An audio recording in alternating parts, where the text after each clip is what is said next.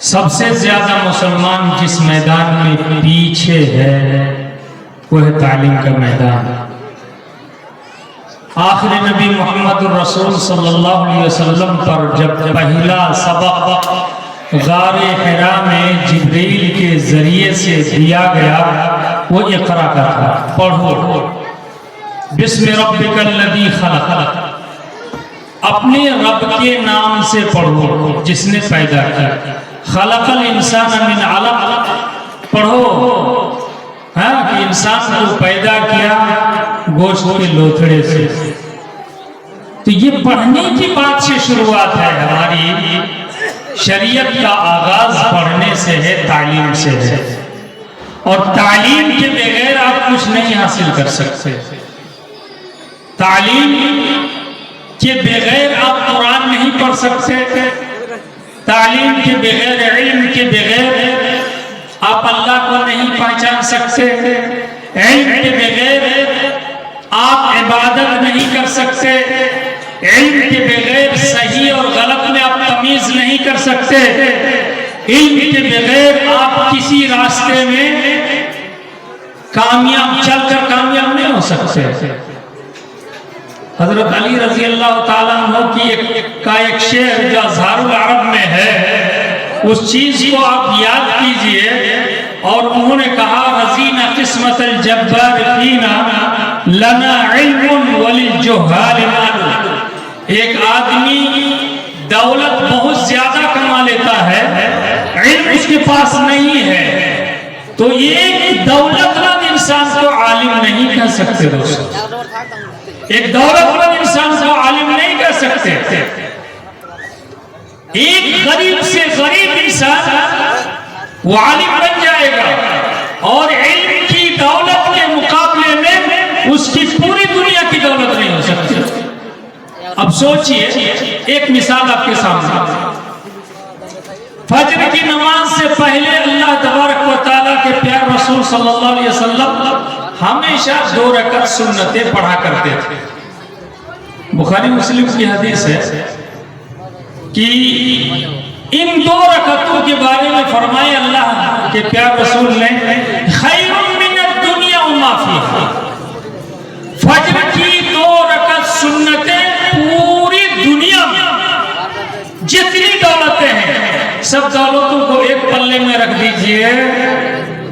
اور اس 2 رکعت نماز کو ایک پلے میں رکھ دیجئے، تو 2 رکعت نماز کیا ہوگی؟ بھاری پڑے گی۔ سب سے زیادہ قیمتی دولت ہے، بڑی قیمتی دولت ہے، اس دنیا و مافیہ سے بہتر ہے۔ تو یہ بات کہاں معلوم ہوگی آپ کو؟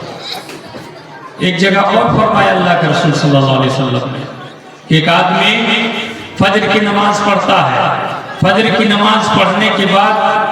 ذکر اور تلاوت میں لگا رہتا ہے، اسی جگہ پر بیٹھ کر یا مسجد ہی میں رہ کر ذکر اور تلاوت میں لگا رہتا ہے،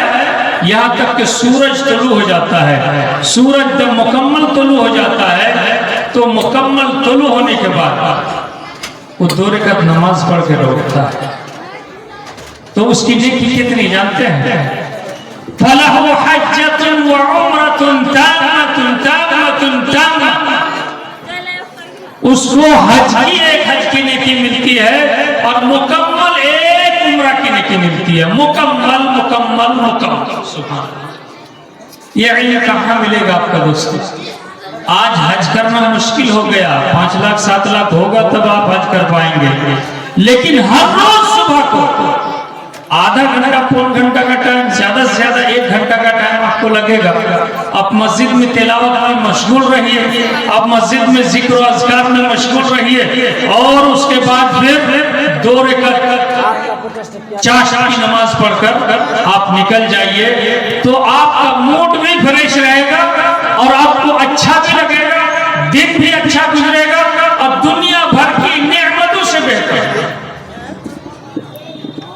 تو حضرت علی نے کہا تھا کہ رضینا قسمت الجبار فینا لنا علم وللجہال اعمال، کہ اللہ کی تقسیم سے ہم راضی ہیں، اللہ نے ہمارے لیے علم کو مقرر کر دیا ہے، اور جاہلوں کے لیے دولت مقرر کر دیا، بانٹ دیا۔ تو دولت آپ کے پاس ہو جانا کامیابی کی علامت نہیں ہے، دولت کے بغیر تو آپ جی سکتے ہیں، لیکن علم کے بغیر آپ کو جینا مشکل ہے۔ اللہ تبارک و تعالیٰ نے فرمایا فَاعْلَمْ أَنَّهُ لَا إِلَهَ إِلَّا اللَّهُ، فَاعْلَمْ أَنَّهُ لَا إِلَهَ إِلَّا اللَّهُ، پہلے جانکاری لو، معلومات حاصل کر لو کہ اللہ کے علاوہ کوئی عبادت کے لائق نہیں۔ اگر آپ جانکاری نہیں لیں گے، آپ معلومات حاصل نہیں کریں گے، اسی چیز کو امام بخاری رحمہ اللہ نے کتاب صحیح البخاری میں ذکر کیا اور کہا باب العلم قبل القول والعمل، علم حاصل کرنا ضروری ہے، کچھ کہنے سے پہلے کچھ کرنے سے پہلے، کچھ کہنے اور کچھ کرنے سے پہلے علم حاصل کرنا ضروری ہے۔ آپ اگر کھیتی باڑی کرتے ہیں، اس کے بارے میں اگر آپ کے پاس علم نہیں ہے تو کھیتی باڑی میں آپ کامیاب نہیں ہو سکتے، کھیتی باڑی کرنے میں آپ کامیاب نہیں ہو سکتے۔ کس وقت کون سا کھاد دیا جاتا ہے، کس وقت پانی پٹایا جاتا ہے، کس وقت اس میں کیٹناشک ڈالا جاتا ہے، کس وقت نرائی کی جاتی ہے، یہ سب چیز اگر آپ کو معلوم نہیں ہے تو آپ اچھا کسان نہیں بن سکتے، آپ کامیاب کسان نہیں بن سکتے، آپ کی کھیتی پھلدار نہیں ہو سکتی۔ لہذا ہر چیز کے لیے علم کی ضرورت ہے۔ اور ہم لوگ دیکھتے ہیں کہ بہت آدمی ہمارے سماج کے اندر، بہت آدمی صبح صبح چائے پینے کے لیے بائیں ہاتھ سے اٹھایا ہے،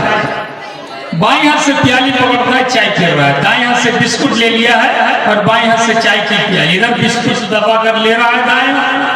دائیں ہاتھ سے اور بائیں ہاتھ سے چائے پی رہا ہے۔ بھائی علم نہیں ہے آپ کے پاس کیا ہے؟ اللہ کے رسول صلی اللہ علیہ وسلم نے کہا جو بائیں ہاتھ سے کھاتا پیتا ہے شیطان شریک ہو جاتا ہے، شیطان اس کے ساتھ شریک ہو جاتا ہے، تو شیطان کھاتا ہے، تو شیطان بائیں ہاتھ سے کھاتا پیتا ہے، آپ بائیں ہاتھ سے کھا رہے ہیں، اسٹائل ہے، کیا ہے، کون سا اسٹائل ہے؟ اللہ کے رسول صلی اللہ علیہ وسلم سے بہتر دنیا میں اور کوئی نمونہ ہو نہیں سکتا، ان سے آئیڈیل بہتر آئیڈیل کوئی نہیں ہو سکتا۔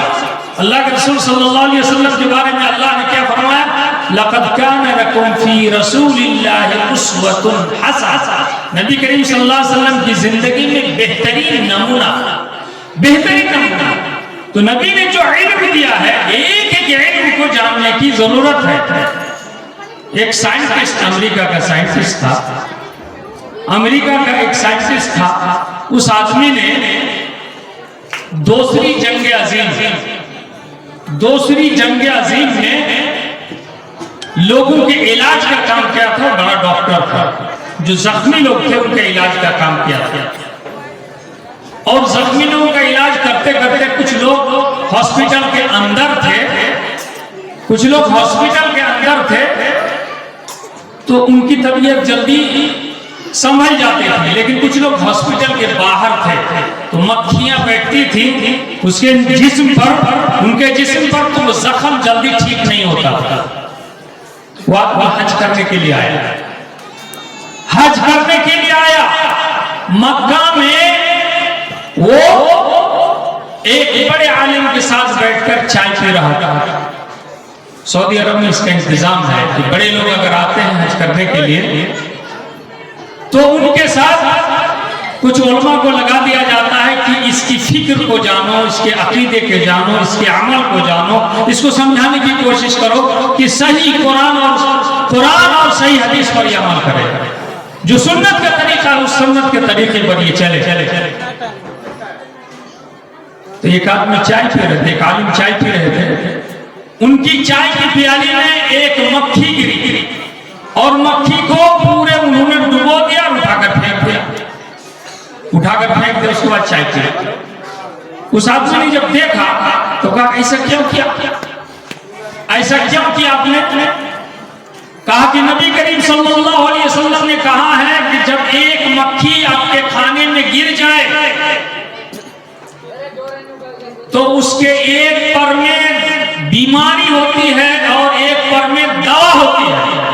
جس پر میں دوا ہوتی ہے اس کو وہ بچانے کی کوشش کرتی ہے اور جس پر میں بیماری ہوتی ہے اس پر کو وہ ڈبانے کی کوشش کرتی ہے، ڈبو لیتی ہے اپنے آپ کو بچانے کے لیے، اور جب دوسرا پر بھی ڈبو دے گا تو معاملہ ختم ہو گیا، اس میں اب کوئی بیماری نہیں رہی، بیماری کا علاج ہو گیا، وہ آدمی اللہ اکبر اللہ اکبر حق اللہ اکبر ایسا پریشان ہو گیا، پریشان ہو گیا، کہا کہ ہم لوگوں نے سیکنڈ جو عالمی جنگ ہوئی تھی، سیکنڈ عالمی جنگ میں ہم نے علاج کیا تھا، اور ان لوگوں کے سلسلے میں جو لوگ ہاسپٹل کے باہر پڑے ہوئے تھے ان کا زخم جلدی سوکھ نہیں رہا تھا، ہم لوگوں نے ٹیسٹ کیا، ٹیسٹ کرنے کے بعد پتہ چلا کہ مکھیوں کے ذریعے سے کچھ جراثیم ان کے اندر آ جاتے ہیں، اور جراثیم آنے کی وجہ سے ان کی بیماری جلدی ٹھیک نہیں ہوتی، ان کا زخم جلدی ٹھیک نہیں ہوتا ہے۔ وہ آدمی نے کہا کہ یہ حدیث میں موجود ہے، سبحان اللہ، نبی کائنات صلی اللہ علیہ وسلم نے اتنا دن پہلے کہا ہے۔ سچ بات یہ ہے وما ينطق عن الهوى ان هو الا وحی یوحى، نبی کریم صلی اللہ علیہ وسلم اپنی خواہش سے کوئی بات نہیں بولتے تھے، جو کچھ بھی بولتے تھے رب کی طرف سے وحی ہوتی تھی، علم وحی سے آیا ہے، قرآن کا علم وحی سے آیا ہے، سنت کا علم وحی سے آیا ہے۔ نبی کریم صلی اللہ علیہ وسلم سے بہتر شخصیت آج تک دنیا میں نہ پیدا ہوئی ہے نہ قیامت تک پیدا ہو سکتی ہے، ان کی ایک ایک چیز کو اللہ تبارک و تعالیٰ نے محفوظ رکھا ہے۔ دوستو قرآن کے بارے میں کہا اِنَّا نَحْنُ نَزَّلْنَا الذِّكْرَ وَإِنَّا لَهُ لَحَافِظُونَ، ہم ہی نے قرآن کو اتارا ہے اور ہم ہی اس کی حفاظت کرنے والے ہیں۔ صرف قرآن کی حفاظت نہیں ہے دوستو، اللہ نے نبی کے ایک ایک سنت کی بھی حفاظت کر رکھی ہے، ایک ایک سنت کی حفاظت، اور ایک ایک سنت پر اگر آپ عمل کریں گے، اس کی آپ جانکاری لیں گے، تو یقیناً میں کہا کرتا ہوں دوستو